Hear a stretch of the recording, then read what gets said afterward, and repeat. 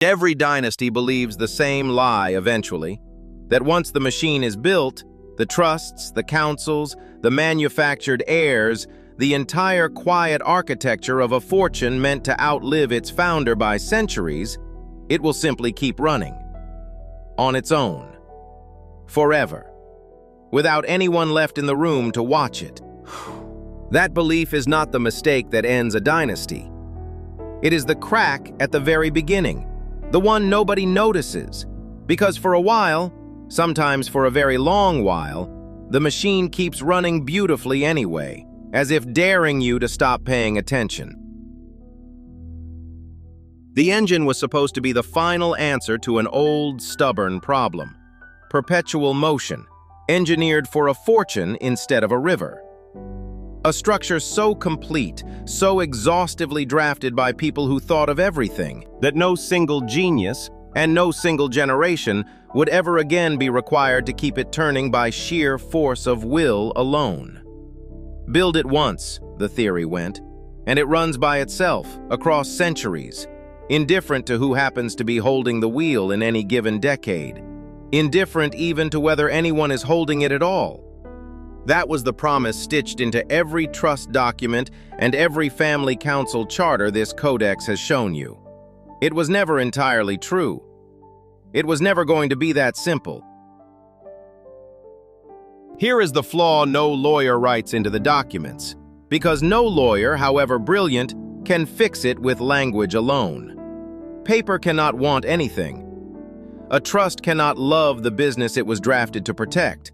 A council can enforce a rule with real, binding teeth, but it cannot manufacture the private desire to follow that rule once no one outside the family is watching closely.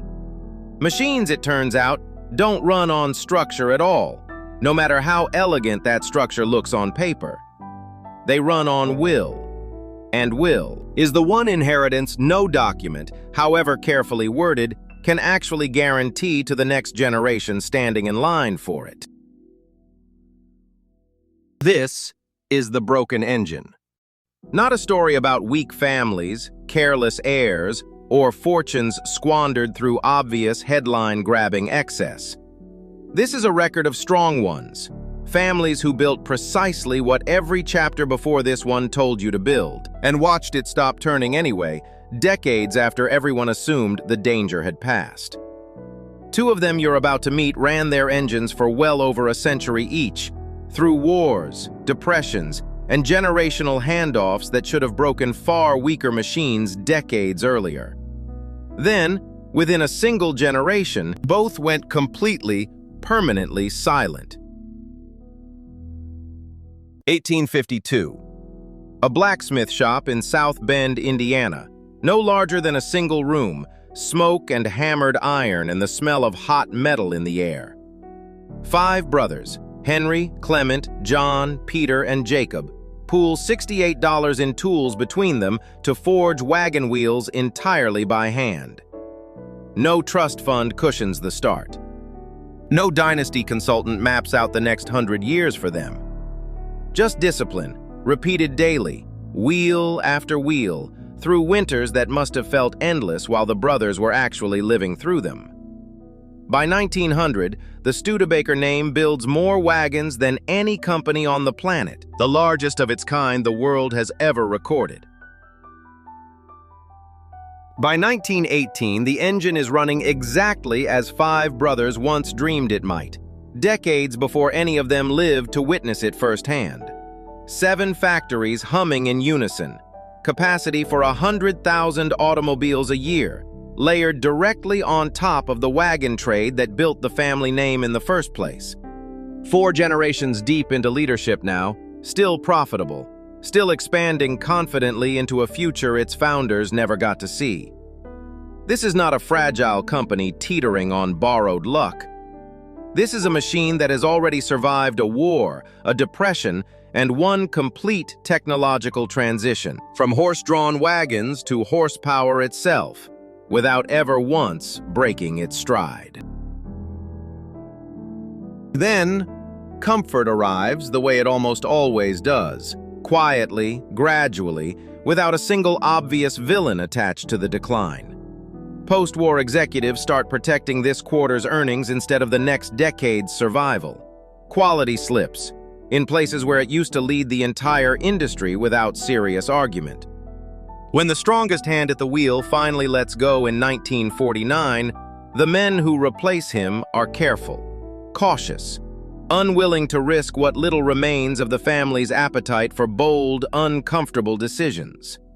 In 1954, Studebaker merges with Packard, believing genuinely and in good faith that it is gaining strength through the deal. Instead, it inherits a cash position far worse than anyone in either boardroom had been honestly told beforehand. The machine has been coasting for years, on momentum built by men who are already long gone. December 20th, 1963. The South Bend plant. The original engine, the very room five brothers once built with their own hands and 68 borrowed dollars, closes its doors for the last time in its entire history.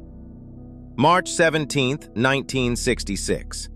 A final Studebaker rolls quietly off a line in Hamilton, Ontario, with no fanfare, no ceremony, and almost no press coverage at all. Then, nothing. No successor plant reopens. No pivot saves it. No next chapter gets written for the name. 116 years of engineered permanence. Undone in less time than it takes one distracted generation to simply stop paying close attention to what it was handed. Here is what the wreckage actually proves, once you stop looking at it as simple bad luck or a single bad decade. Studebaker did not fail because the founders built the wrong machine. The wagons, the factories, the transition into automobiles, the discipline underneath all of it. Every piece was structurally sound, right up until the very end of the story. It failed because the people running it, generations removed from that $68 toolbox in a one-room blacksmith shop, stopped believing it could actually fail. And a machine no one is afraid of losing is already halfway to being lost, whether or not anyone left in the room has noticed yet. A different industry, a different century, technically speaking. The same underlying architecture, built the same patient way, brick by brick, brewery by brewery. Beer, brewed under a family name stamped directly onto the label itself. Eberhard Anheuser first, then Adolphus Busch, then 4 more generations who inherited not just a company, but an identity fully fused to it, inseparable from the family surname on every bottle. 150 years of continuous, unbroken family control. Longer than Studebaker managed by a full generation. Deeper roots by almost any honest measure than most American business dynasties of comparable size ever achieve. This is not an accident of loyalty or sentiment, and it was never left to chance. It is engineered, deliberately and thoroughly.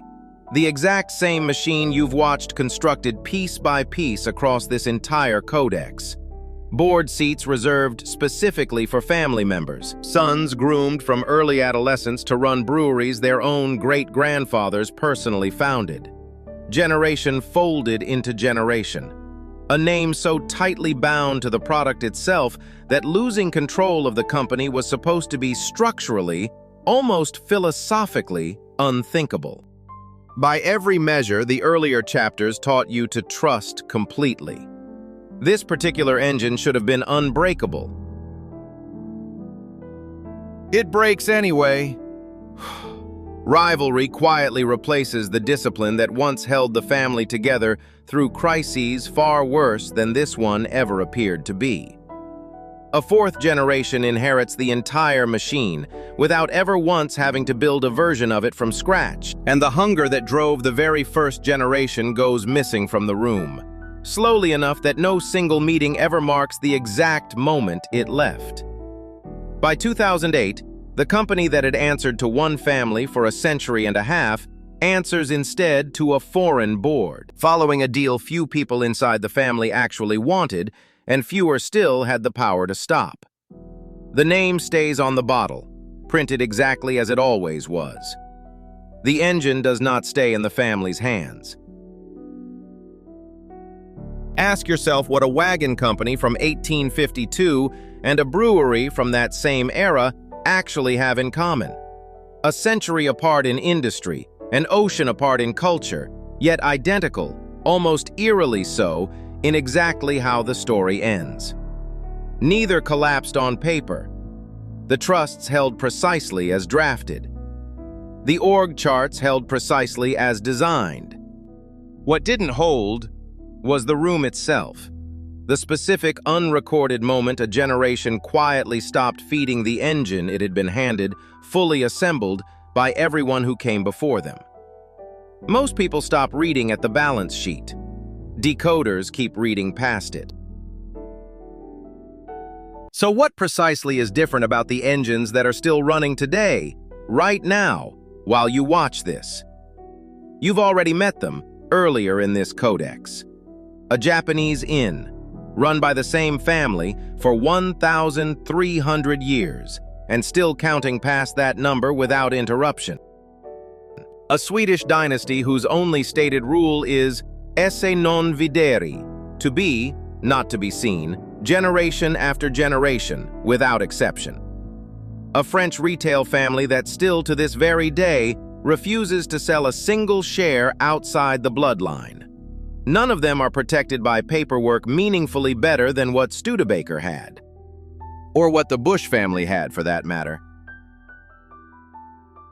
What they actually share is this, and it is simpler and harder than any trust structure could ever be. None of them ever let the engine run unattended for very long. Every single generation was required to re-choose it, actively, uncomfortably, on purpose, instead of simply inheriting the right to coast on the momentum built by everyone before them. The paperwork was never truly the engine. The paperwork was only ever the shape of the engine. The fuel, the actual moving part underneath all of it, was a decision, made again and again by every generation in turn to keep maintaining something they didn't personally build with their own hands. So here is the only honest warning this particular chapter can offer you, without exaggeration. The structures you've inherited or the ones you're actively building right now today, the architecture, the vault, the forge, every mechanism this codex has shown you across 5 chapters, are only ever as strong as your own willingness, renewed every single year without fail, to keep showing up for them in person. An engine does not ask permission before it breaks down.